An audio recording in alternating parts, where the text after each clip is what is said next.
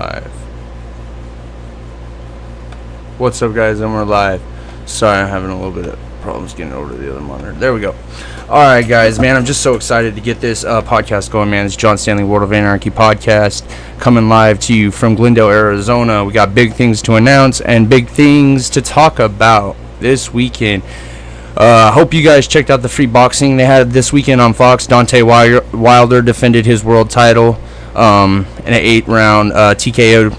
I mean, he was looking great out there. He tore his bicep, but I mean, he looked awesome. It was a great time to see some good boxing.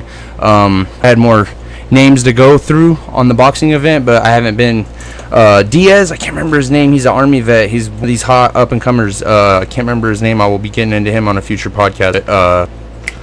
If you can look up the card, his last name was Diaz. He's an Army veteran. He is an amazing fighter. I've seen him on numerous cards now.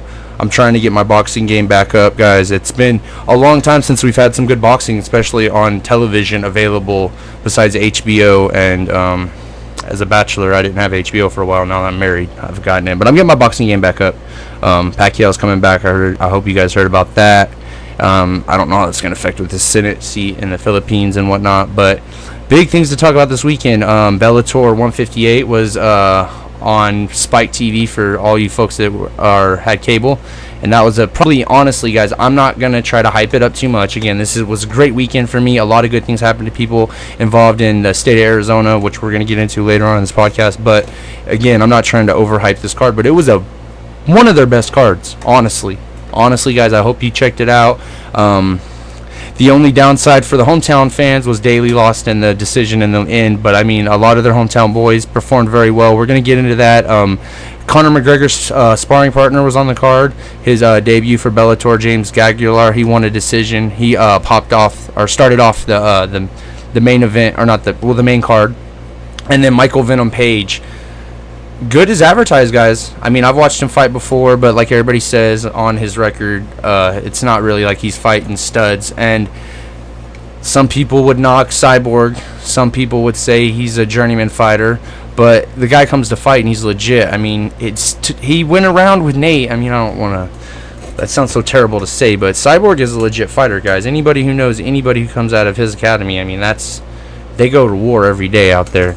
He's a Brazilian, and anybody who knows Brazilian fighters, they don't play around. But Michael Venom Page, and also, terrible thing that I don't like announcing this, but I guess he suffered a fractured skull from that knee. If anybody did catch that fight, he got TKO'd in the second from a flying knee. He did get Michael Page down, and that's the one thing I do want to get into in that fight. Michael Page, a lot of people are knocking him on seeing what could happen if he got to the ground. Cyborg's a legit black belt, and he's from Brazil and rolls with straight monsters every day in the gym. I mean, he got Page down, and Page defended. He actually attempted a leg bar, which was kind of interesting to see. And I couldn't really tell if he was going for the ankle or the knee, but I believe he was going for the knee. He couldn't get it. He was too high. He just had the ankle, and he was trying to grasp it closer to get it up higher to get the knee. Anybody who's familiar with jiu-jitsu, he didn't have the knee tight. The leg was bent, and he couldn't get the knee tight. But he went for that, and it got him into a better position, which anybody who's familiar, that's what position, man, position. But he rode out the round and got into the second and did what he does best, highlight reel, MVP Michael Page. And then Pokemon, shout out, my brother-in-law is a big fan of that, so anybody who loves that Pokemon Go stuff, I guess he's a big fan of it. That stuff is revolutionizing the world. People are going crazy over it. And then Kermont, he was a runner-up in the light heavyweight title a couple of months back. He lost to Phil Davis in the finals. He was a submission Darce choke in the first round over Lakarzan Klinger, and that guy was 7-2, and that was a good fight, man. They were swinging around a little bit. Kermont is a beast, man. He had a bad run in the UFC. I don't think he ever really caught traction, but Francis Kermont is a legit fighter coming out of France. France guys don't ever get this credit they do. That whole French stereotype. I don't know. Congo, same thing. I don't know French fighters. They don't translate well over here in America. But he's a great fighter, legit fighter. He's fighting over there. I believe he's training at a TriStar now, so it's probably helping his ground game a lot. But and then what I would say was probably the fight of the night. I love this fight. I mean, a lot of people are probably going to say it was kind of a rock'em sock'em robot, but Who doesn't like a rock on sock'em robot fight? It was a good fight. Matt Mitrione TKO'd Ali Thompson in the second round, and they were back and forth the whole fight. Thompson got caught and got dropped. I don't remember Mitrione getting caught necessarily. I mean, he got caught, but I don't believe he ever was in danger or fell to the ground. I do believe he got caught and shot for a takedown. I don't think he did the chicken dance, but he did get caught and going for a takedown. But Thompson's a bodybuilder, so he's gonna hit like a brick shithouse. And then closing out the night was Daly versus Lima. And anybody who was familiar with this card, this was supposed to be the rematch of Koscheck versus Daly, which, all rankings and everything aside, if anybody's familiar with the first fight, Daly punched Koscheck after the fight. Then he didn't apologize. Dana White banished him from the UFC, blah, blah, blah, blah, blah. So Daly is, anybody who's familiar with Paul Daly, he's banished from the UFC as far as I still to this day know. Even when they bought Strikeforce, when the UFC acquired Strikeforce, I don't really remember them bringing it up too much to Dana about if Daly was going to be able to cross over, but he never did. He never fought against Strikeforce, even when they did. I don't even think he fought when they did the couple little cards while the UFC still maintained Strikeforce. I'm not sure about that. I don't believe the Diaz fight was... It might have been...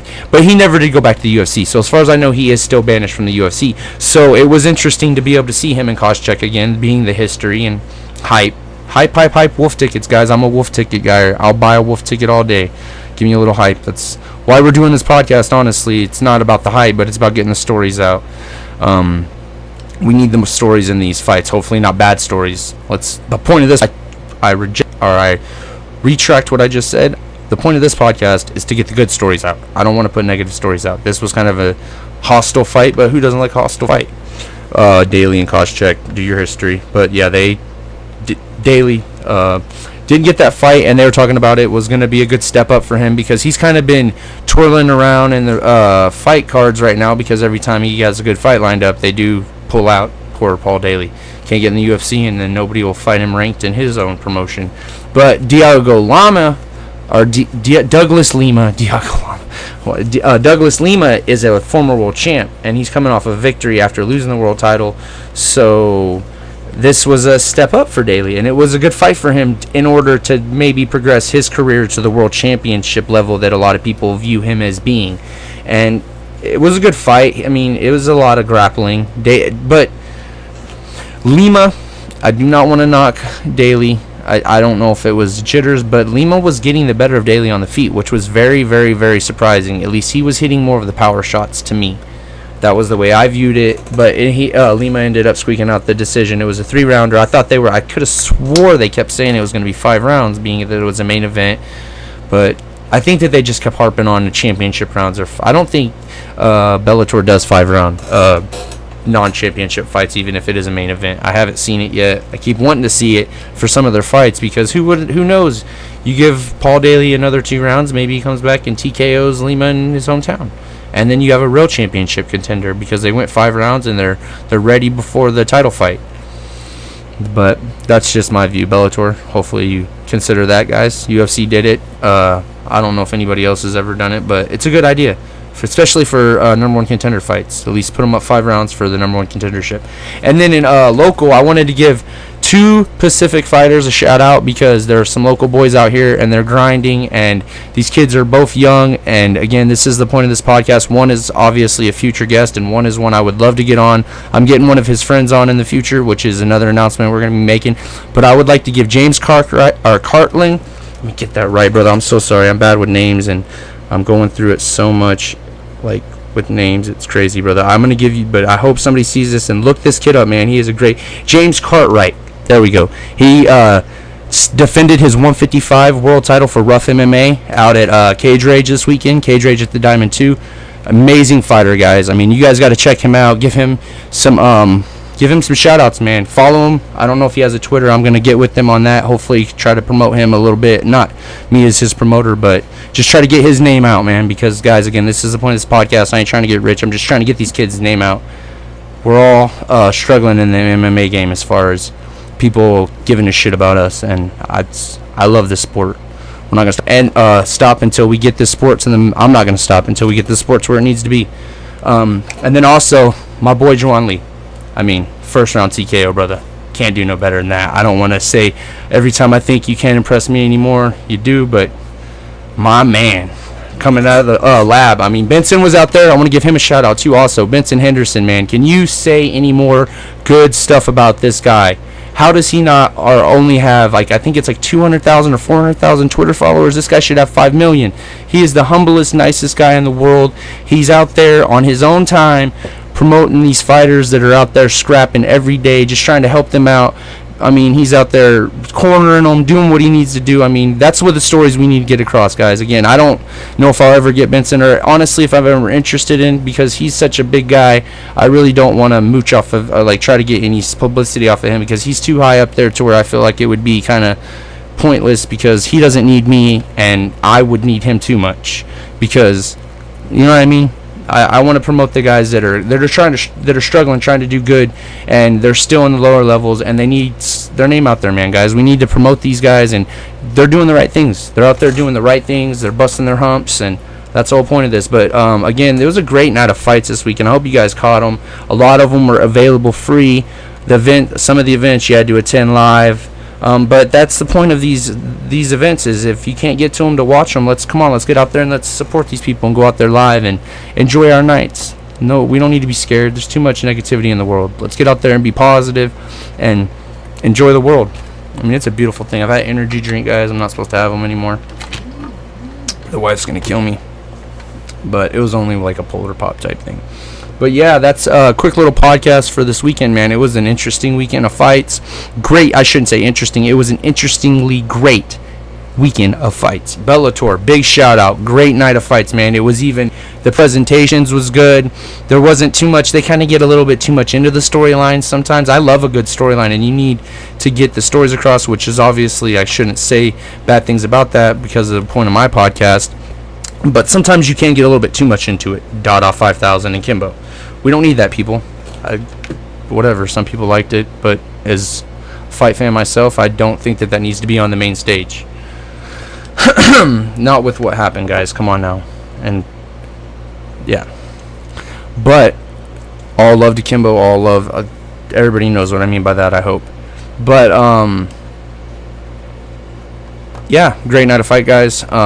We're going to be having the, I'm going to be getting with Juwan this Wednesday at noon. We're going to be doing a promo video for the podcast, and we might do it that day. I believe we're just going to line it up, but I will be talking to him firsthand, and we'll be meeting face-to-face for the first time, and we're going to be getting that going. Again, he's coming off of his TKO victory, first round, defending his title. So, guys, you've got to follow him on Twitter. If you see this video, Juwan Lee, hashtag Team Lee, MMA Lab, trains with the best. I mean, that's one thing we're going to be getting into on when I'm talking to him, is I want to know why he chose the lab. A lot of people wouldn't choose the lab. A lot of people would go to Joe Blow's MMA and train there. I mean, I'm not knocking any of these MMA gyms, but why train with the absolute best? It's an interesting thing to go out there and train with the absolute world champions of the best MMA organizations in the world. But he does it, and I love that. I love that drive in people. And again, I'm not knocking anybody who goes to any mixed martial arts academy. I'm not knocking that. Go to one. I love it. It's a great martial arts. But there are a lot of academies out there sometimes that are doing the athletes wrong too also. But we'll get into that again on another future podcast. But this is a positive podcast. We're not going to focus on that today. It was a great weekend of fights, a great weekend of events to attend, and I hope you guys got out there and you checked them out, or you watched them, or at least you went out there and did something positive. You went out there and hiked with the wife, or you took the kids to the park, or maybe you just sat at home and you barbecued. I hope you enjoyed it. You don't need the 4th of July to have some fun at your house or go out and have some fun. You don't need Memorial Day for all that. Just get in your truck and go to the lake, van, car, whatever you got. Just do it. It's a beautiful country we live in. But yeah, that was the big announcements I wanted to get into.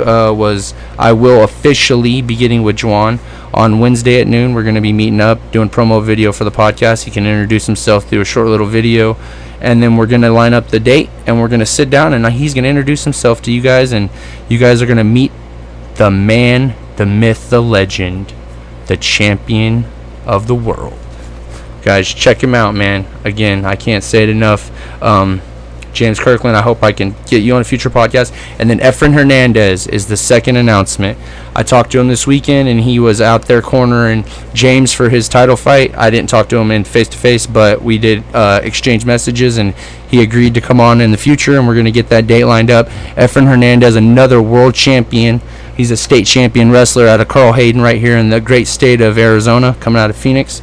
I mean, we've got, like I said, guys, I mean, I'm not trying to say that I'm doing a dumb man's thing, but I mean, any dumb guy could do this.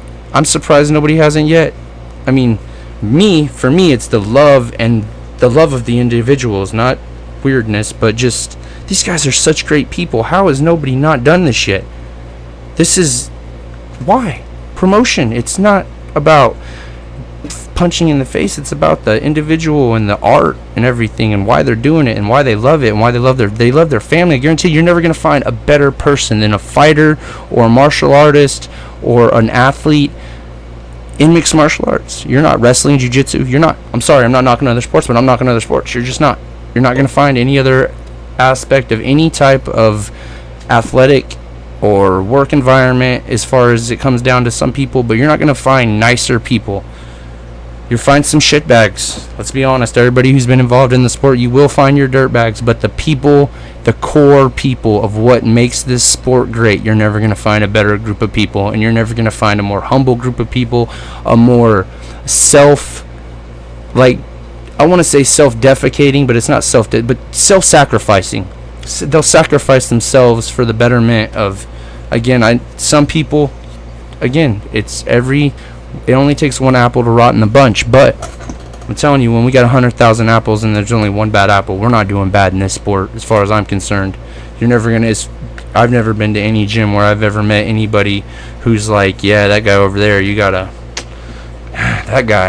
that shit doesn't happen. When as martial artists and as most gym, nobody tolerates that. It's not a way to be. We're positive. It's why? We're punching each other in the face anyways. Why we gotta be negative? You know what I mean? Anyways, like I said, it was a great night of fights. I'm just so excited to line things up. Again, Efren Hernandez, if you guys don't know about him, you got to check him out on Facebook. I believe he does have a Twitter for sure. I believe he does. If he doesn't, I'm going to get with him on that. He's got to get on that. Anybody who doesn't have a Twitter, guys, you got to get on that. It's a great way to interact with your fans, any fighter. I recommend that to every fighter. Twitter is a great way. Some people don't need it. If you're already out there and you're big, you don't need it. And I'm not saying stay on it 24/7, but it's a great way to keep your fans updated and a great way to keep your people updated and all that. Instagram and all that stuff. It's a great way. And fan interaction, it's a different world, guys. We're in a different world. We don't need to depend on, if ESPN doesn't want to, and this is because of the state I'm in, I know how some things operate out here. If somebody doesn't want to interview you or talk to you because of some of your ethnicity, you know what I mean. And I'm not just saying in this state, anywhere. There's a lot of that stuff that goes on, or they don't want to talk to you because you come from a bad background, or they don't want to. Nate Diaz says it famously, don't nobody want to come to Stockton and interview him. I'll come to Stockton and interview you, brother, if I was from California or from Stockton. I mean, somebody in Stockton needs to get on that. How is nobody not getting on that and going out there and interviewing this great human being that's out there doing triathlons and doing all these great things for this world? What is going on? Why is it? There's YouTube all day. I'm not going to get a dime from any of these people I'm going to interview, and nor would I ask them for it. Never would it come down to anything. It's about the great stories that are out there that can inspire young kids to do great things, because as human beings and as people on the face of this earth and on this planet, and that wake up every day, some people need to be inspired. And as a person myself, not some people, everybody needs to be inspired. Everybody. There's not a person on this earth that can look and say, man, I just went through it all on my own. Somebody inspired you at some point. You saw either, because how did you get to where you're at? How did you get to your dream? You saw somebody doing it and they inspired you. Whether they coddled you or they mentored you, they inspired you. They made you do what you're doing. Ninja Turtles, brother. Our brothers, sisters, Ninja Turtles. That's why I'm sitting right here in this chair, and that's why I love this. I was a 6-year-old kid or 5-year-old kid, I don't remember, and Ninja Turtles came across the screen, and the ninja, it's stupid to say, but that's why I love it. It's what I look at it as. But I'm rambling, and it was a great weekend, and it's a great world we live on, and we got nothing to complain about except for the things that we don't do ourselves. And if you complaining about that, it's because you're not doing it. That's simple. Because I got nothing to complain about because I'm doing it. That's simple. John Stanley World of Anarchy podcast, guys. Check out Efren Hernandez, Juwan Lee, and James Kirkland. Those guys, let me make sure I got that last individual's name. Cartwright. Why do I keep calling him Kirkland? Cartwright. I'm so sorry, brother. I will apologize to you in person, and I will buy you a hamburger and worship your feet. You're a great fighter, man. I'm so sorry I keep getting that wrong. James Cartwright. Great fighter. Efren Hernandez, James Cartwright, and Juwan Lee, guys. All great individuals. You need to check them out. They were great. Ed Wild West. I mean, again, anybody who follows my Twitter knows I blow it up all day. I could tell you, follow all these guys.